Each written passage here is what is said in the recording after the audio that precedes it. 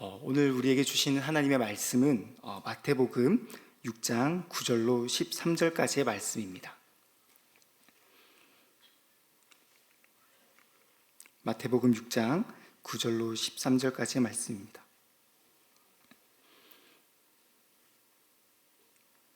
저와 여러분들이 함께 교독하면 좋겠습니다. 그러므로 너희는 이렇게 기도하라. 하늘에 계신 우리 아버지여, 이름이 거룩히 여김을 받으시오며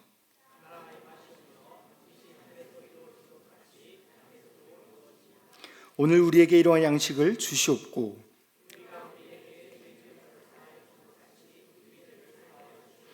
함께 읽겠습니다.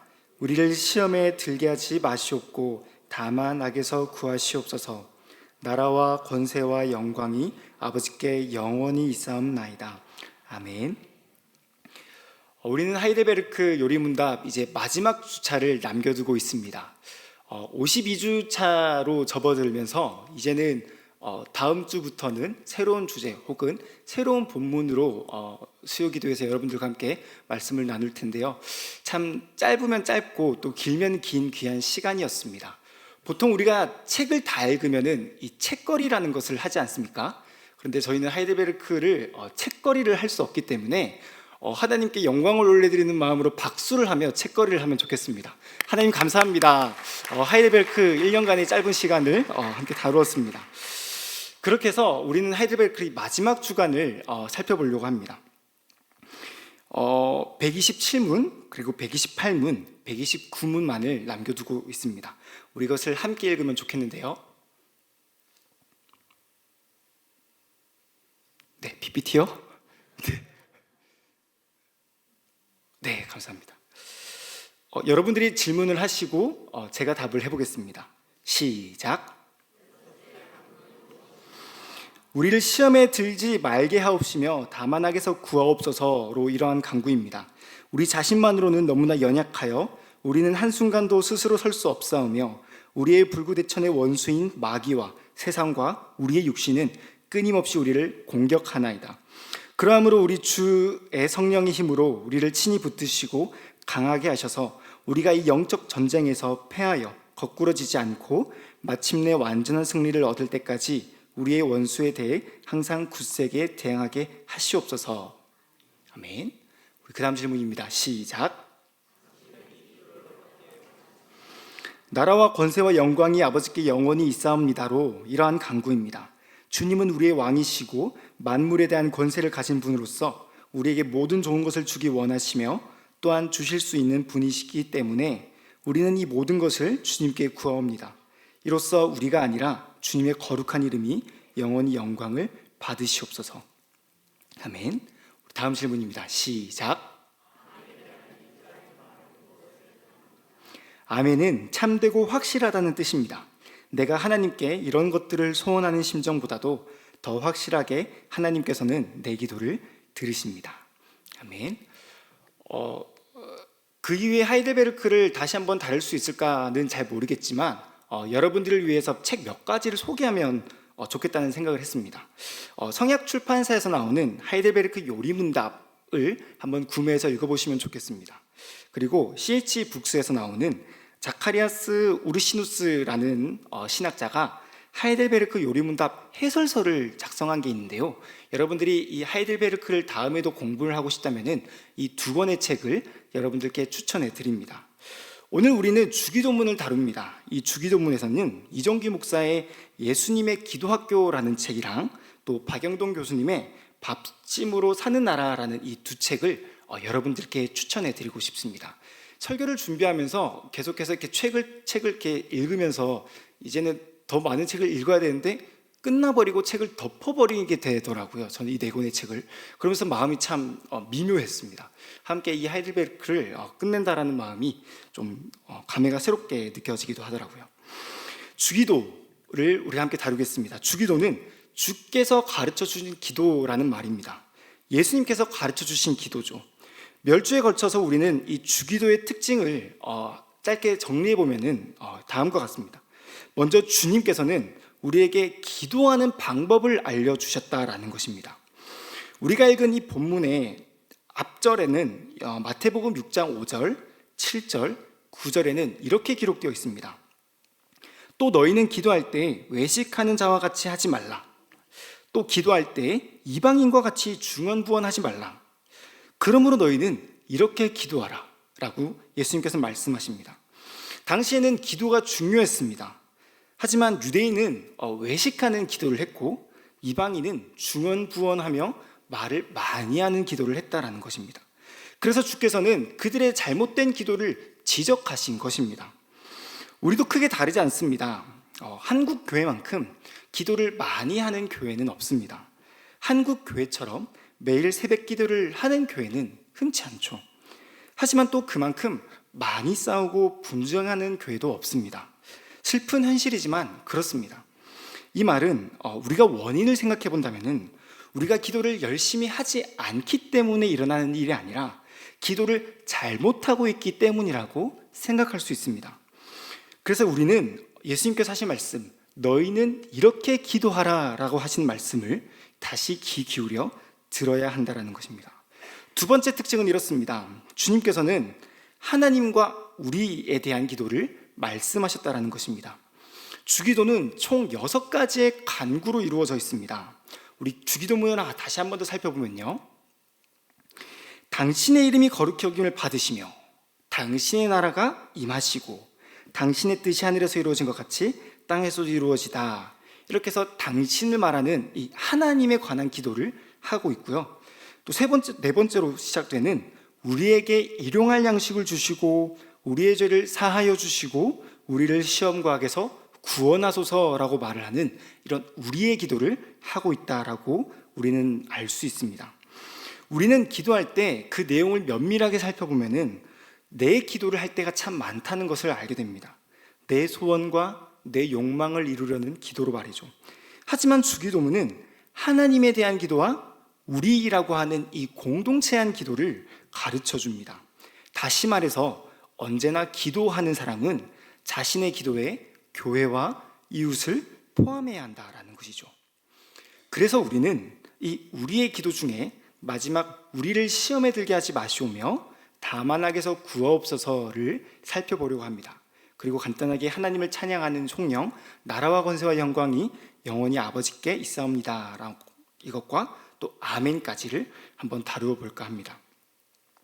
먼저 우리를 시험에 들지 말게 하옵시며 다만 악에서 구하옵소서입니다.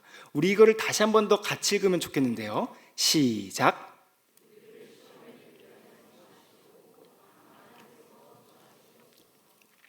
아멘. 우리는 때로 시험에 듭니다.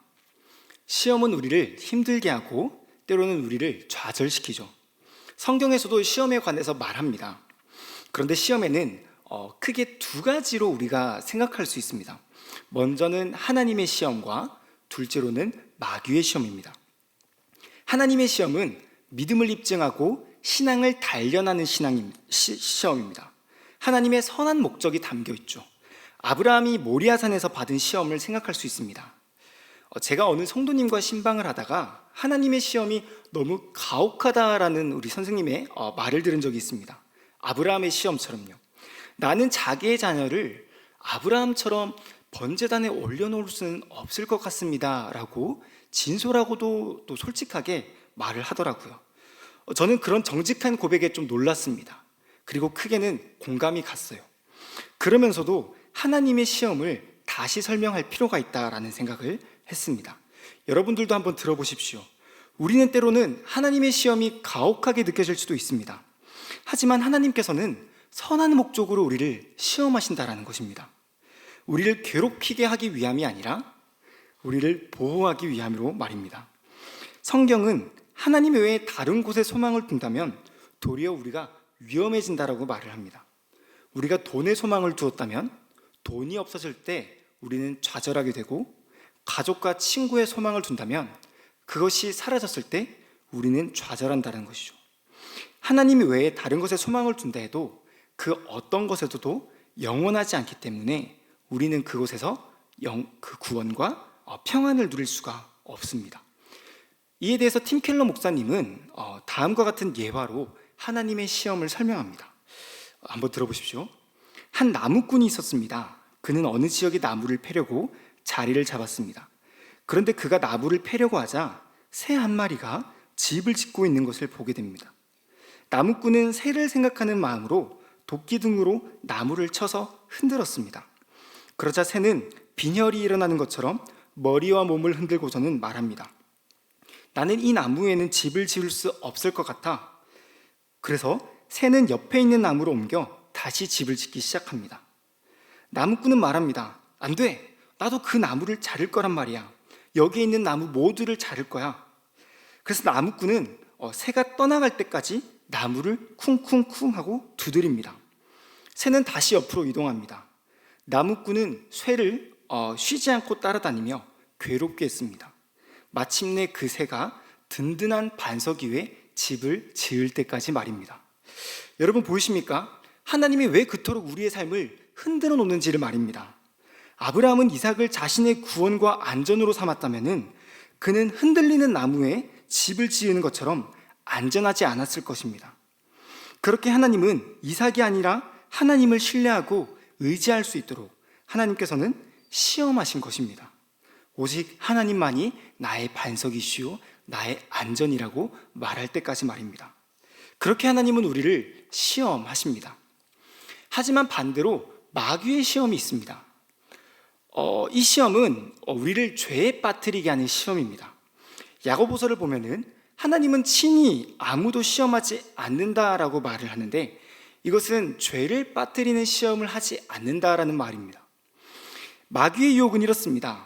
아담과 하와를 찾아간 뱀의 이야기를 한번 생각해 볼까요? 뱀의 시험은 아담과 하와를 죄에 빠지게 만들었습니다.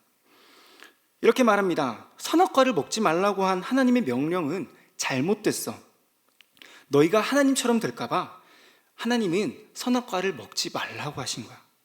그러니까 선악과를 먹어. 그것을 먹어서 너도 하나님처럼 돼 라고 속삭입니다.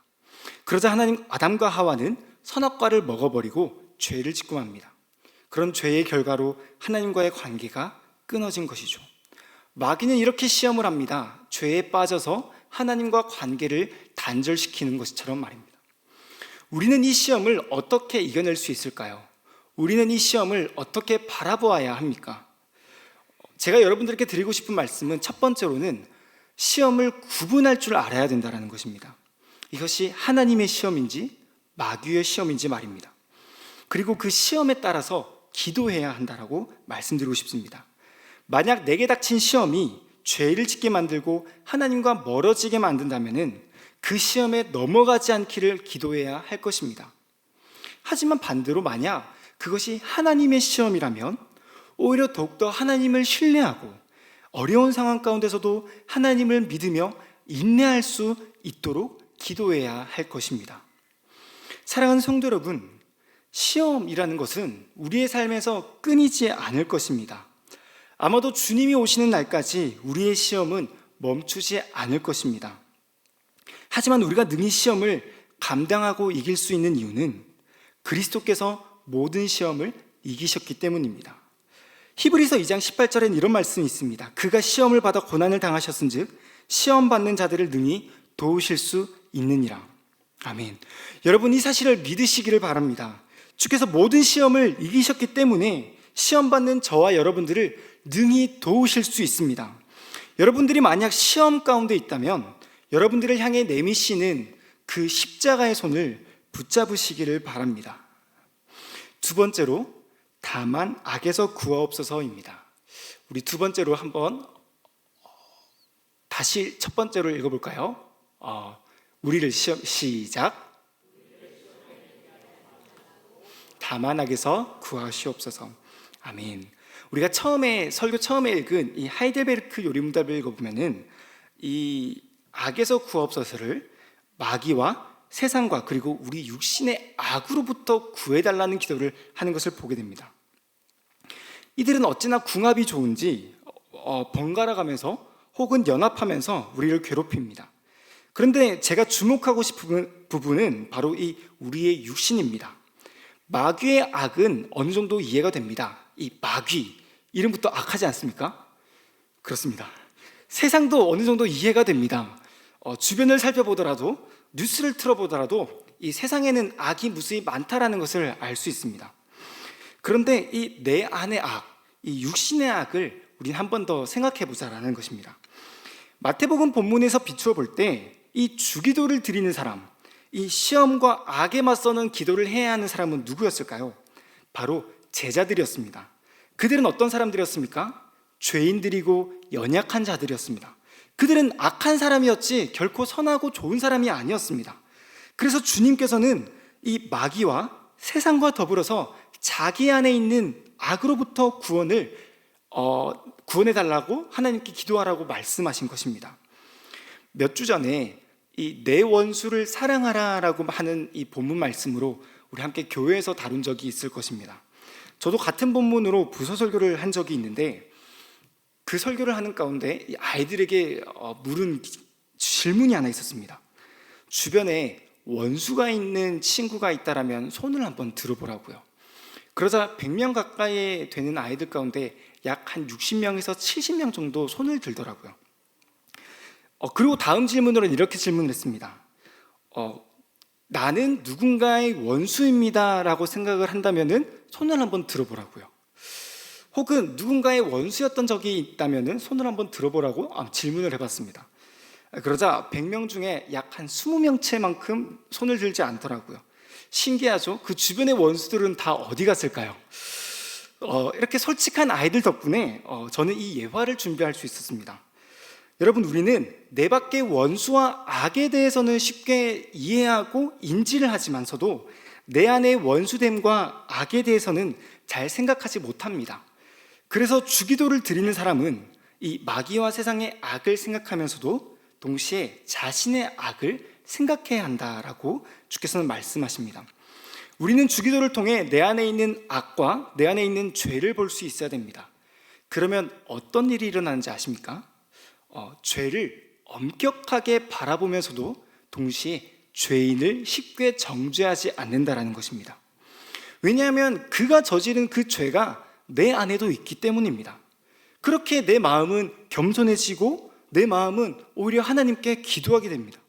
주님, 우리의 악으로부터 우리를 구원하여 주시옵소서라고 말입니다. 이 시간 주께서 우리의 악함으로부터 구원해 주시기를 우리 주님의 이름으로 축복합니다. 우리 세 번째로 나라와 권세와 영광이 아버지께 영원히 있사옵니다 라는 기도입니다. 여기선 2번으로 표기가 되어 있는데요. 한번 외워볼까요? 시작. 아멘. 여러분, 이 주기도문을 생각해 보면요, 하나님의 이름을 구하는 것부터 시작을 해서 하나님의 이름을 높이는 것으로 끝이 납니다. 하나님의 이름을 높이는 것, 이것을 우리는 조금 어려운 말로 송영이라고 하는데요, 칭송할 송에 이 영화로울 영을 말합니다. 주기도의 처음과 끝은 모두 하나님의 이름을 높입니다. 그래서 어떤 목회자는 이 주기도를 기도하는 손으로 비유를 하는데요, 한 손에는 하나님의 이름을 구하는 기도로, 또 다른 한 손은 하나님을 높이는 송영으로, 그렇게 해서 두 손 안에 담긴 이 주기도의 내용을 하나님께 올려드린다라고 말을 하는 거죠. 정말 낭만적인 기도이지 않습니까?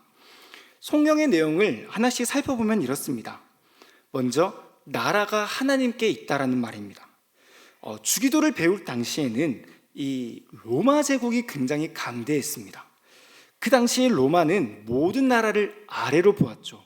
여러분, 혹시 팍스 로마나라는 단어를 들은 적이 있으십니까? 이것은 로마의 다스림이 평안을 준다라는 말인데요, 이 나라는 로마에 있다, 그 당시에는 이 말이 유행했습니다. 하지만 주께서는 나라가 아버지께 있다라고 말을 합니다. 이 말은 모든 왕들 위에 진정한 왕이 있으며 모든 나라 위에 진정한 나라가 있는데 그것은 오직 아버지의 나라며 아버지 자신이시다라고 말씀을 하시는 것이죠. 그래서 주기도를 고백하는 사람은 하나님 나라 안에 있을 때라야 평안과 안전을 누린다라는 것으로 우리는 생각할 수 있어야 됩니다. 권능과 영광도 마찬가지입니다. 권세, 능력, 힘을 가리키는 이 권능도, 빛나고 아름다움을 뜻하는 이 영광도 로마와 로마 황제에게는 메아리처럼 들려왔습니다. 비단 로마 제국뿐만이 아닙니다. 오늘날도 마찬가지죠.